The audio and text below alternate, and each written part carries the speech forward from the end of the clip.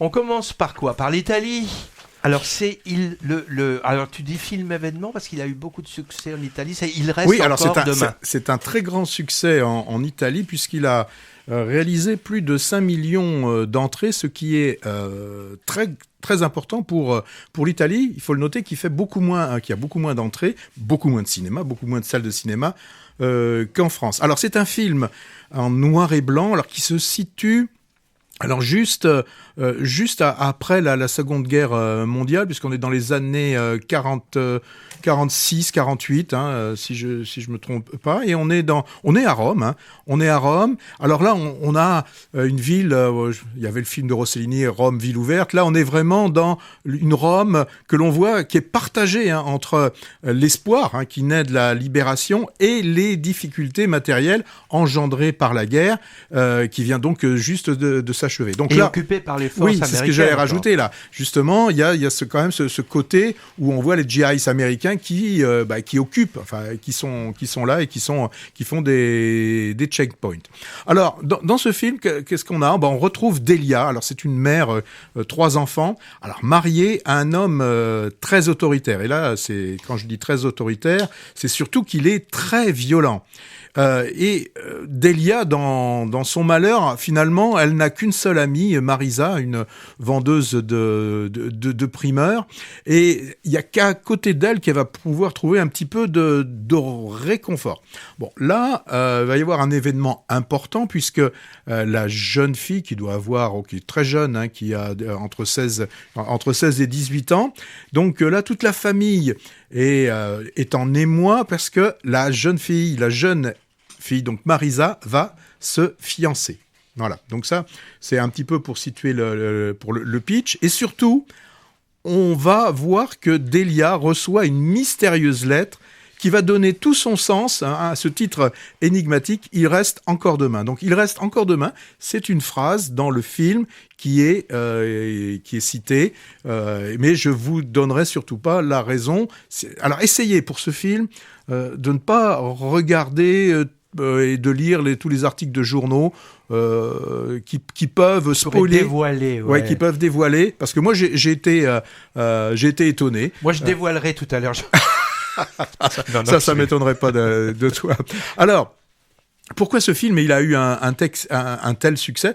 Je pense d'abord parce qu'il y a une interprétation qui est magnifique. Alors même si le rôle du mari est vraiment caricaturé, le reste de l'interprétation est magnifique. Alors, il faut noter que c'est la réalisatrice, donc qui s'appelle Paola Cortellesi, qui a réalisé le film et qui joue le rôle principal.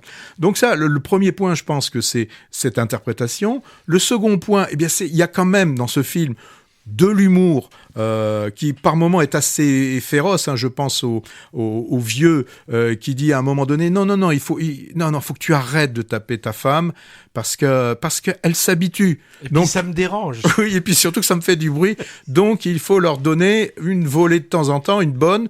Mais voilà. Donc ça fait penser quand même à toutes les comédies italiennes qu'on avait dans les années 70-80. Moi, je repense à des films de Nino Ruzzi, par exemple, et particulièrement des films comme Les Monstres. Alors aussi, je pense qu'il a fait aussi le succès du film, c'est que c'est réalisé par une femme et que je pense que sa sensibilité au travers de ce film peut aussi bien parler aux personnes qui ont connu cette époque qu'à une plus jeune population et qui, au travers de ce film, peuvent comprendre le chemin parcouru par ces femmes qui, petit à petit, ont réussi quand même à se dégager de ce système patriarcal dans lequel étaient enfermés. Alors, il faut bien savoir que on voit là, on a une représentation de ce qui se passe en Italie, mais ne nous faisons pas d'illusions. En France, la situation était quasiment la même. Là, il se trouve que, on était à Rome, et je pense que plus on descendait dans le sud, plus cette situation de patriarcat allait être marquée.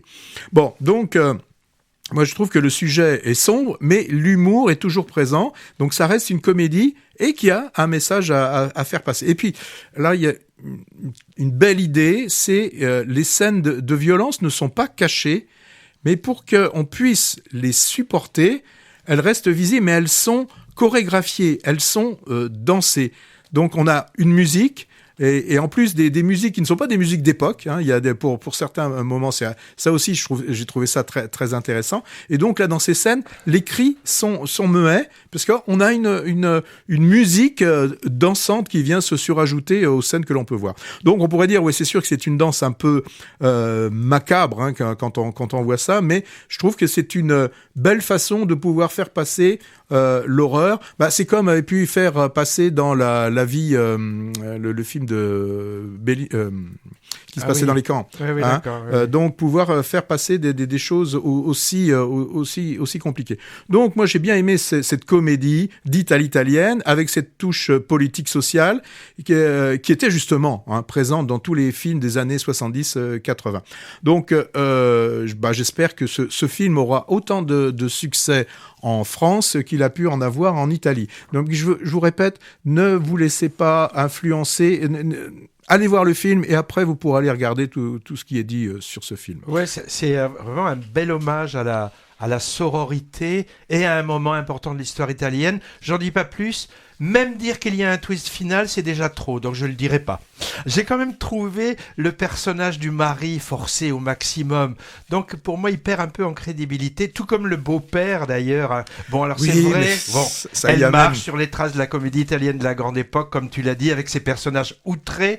Mais là, elle en fait beaucoup avec ces deux-là quand même. Alors le noir et blanc accentue évidemment le côté vintage, mais moi je trouve que cet aspect est un peu contrecarré par la bande son, parfois volontairement anachronique et moi pas forcément bienvenue. Toi tu as trouvé ça intéressant, moi je trouve que ça a un décalage qui fonctionne pas bien. On pourra parler tout à l'heure d'un autre film où moi j'ai trouvé un décalage qui était moins intéressant.